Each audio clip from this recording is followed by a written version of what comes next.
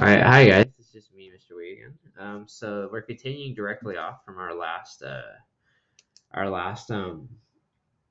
problem. So I told you guys how to kind of go through this in the section, and just to kind of emphasize, this table work here is really important. Just so you can check to see if something's exponential, quadratic, or linear just by toying around the data table, because that's huge. If I just gave you this before we learned this, could you have done this without like by just looking at the data table and not looking at a graph? It'd be kind of hard. So let me show you. If you don't believe me that this is exponential, let's graph this on your TI-83. Okay. Let's see if we can kind of get this in better lighting. All right. Okay, so how we're going to do this is I want to graph these points, and let me show you this skill here on how to graph the points. So I don't know if you can kind of tell. Let me see if I can get it.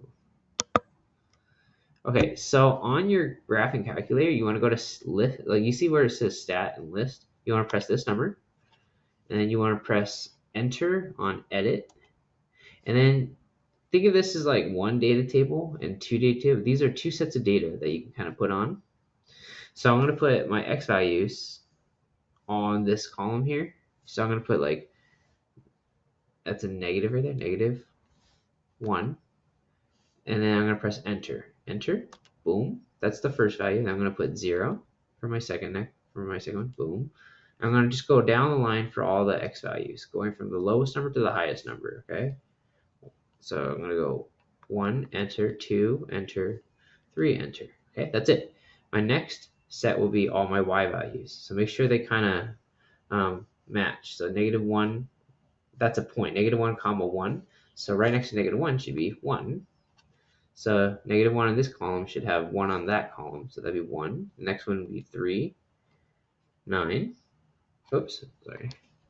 No, oh, no. So if you have an error, you want to go to that error. Okay, so I'm going to put 9.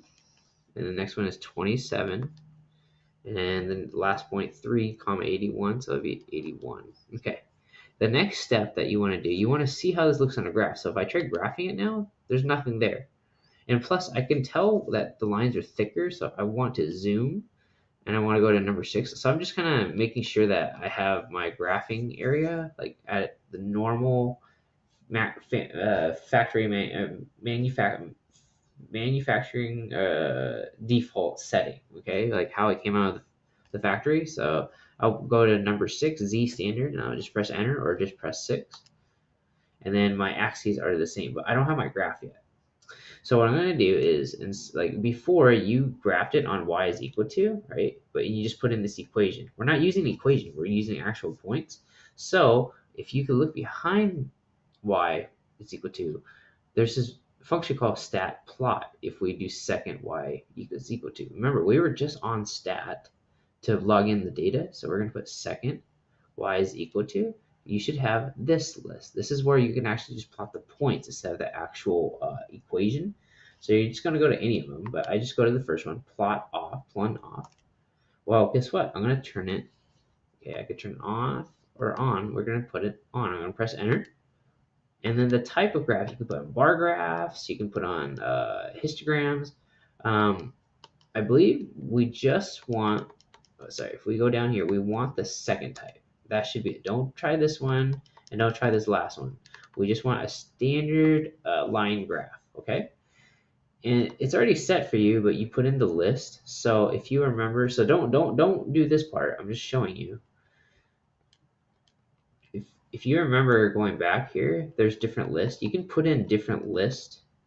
See, there's like list 3 could be your x values. Your list 4 could be your x values. Let's go back. Okay, so this is where we are right now. You can put on different lists. So that first list, we remember if we go back, you don't have to do this. If you go back, our first list was our L1 was all our x values. Our L2 we made all the y values. It could have been switched in out of order, but I just made it easy for me to understand. When you go to second y is equal to, let's just make all the y values in x, or I'm sorry, all the x values from L1, and they are. That's how we set it up. So in the future, if you wanted to know, what you would do is you'd press second, and then you'd pick which list that you wanted. L1, you see that? How on 1, there's L1 in yellow there. On 2, there's L2, L3. These are the list numbers. I'm going to say second 1. That gave me L1. Now I'm going to press enter. And then down here, your Y value is L2, but you could say it's like second 3. But if you remember, don't do this. I'm just going back to just show you, okay? If you remember, does L3 have any points? So let's see. If we graph that, it says no, that doesn't work. You don't have any values, or you don't. Oh, sorry, I have to quit out of this. It recognizes that you don't have any values for list 3. So you have to make sure that you pick the right list for your Y values. So you go here where it says L3, where I chose L3, and you say second. I press second. And then I'm going to go to 2 because I know that's where my Y values are. Press enter, and then you're going to graph it. Oh, look at that. Does that look like a straight line? It does at first, but if you can see, there's a small little curve. So if we go to zoom, we can kind of zoom in a little bit. I press enter just once. Whoops. Well, I can't see it, so I can kind of set my window differently if I wanted. So let's go back to zoom and then reset. Go to 6. So I have that. I could already tell it's not a parabola. It's not a straight line, but I think it's an exponential. If you want to, you can customize your window. So you just go to, oh, it's still kind of loading right now. If you have that little thing on the corner, it's loading. If you want, you can set it differently. Like your window, you can customize your window. So let's say that I don't want all my x values, because right now the window says that it's going from -10 to 10. If you look here, I don't need all of these extra values from -10 all the way to 10 over here. I mean, I could just use from like -2 to like +3. Let's just say that. So if I go back to window, I could say like my minimum x value would be -3. And my highest x value, my biggest one, would just be like 3, let's say. The scale just says like, oh, so you see that? I changed the increments here. You can actually also change what they're going by. Instead of going by 1, 2, and 3, I can change that to be 2 to 4 to 6. That way you can, it's better on bigger graphs. You can scale it. Like you can make those increments like going up by 2s, or you can go up by 4s. But for us, we only need to go up by 1s. The Y, I noticed that the Y value, if you look at the Y values, I never hit any negative numbers. So if I go back to window, my minimum doesn't need to be -10. I don't need that. I'll just start at 0. So look what I have now. See? It's kind of nice. Do you see the shape now? Let's say I want to go higher in the y-axis. Okay, then I'll go to window again, and then I can set a really high number if I wanted, like maybe 30. So now my y-axis is going to go up really high and have no negative values. Boom. Do you guys see it now? That is how you customize your window.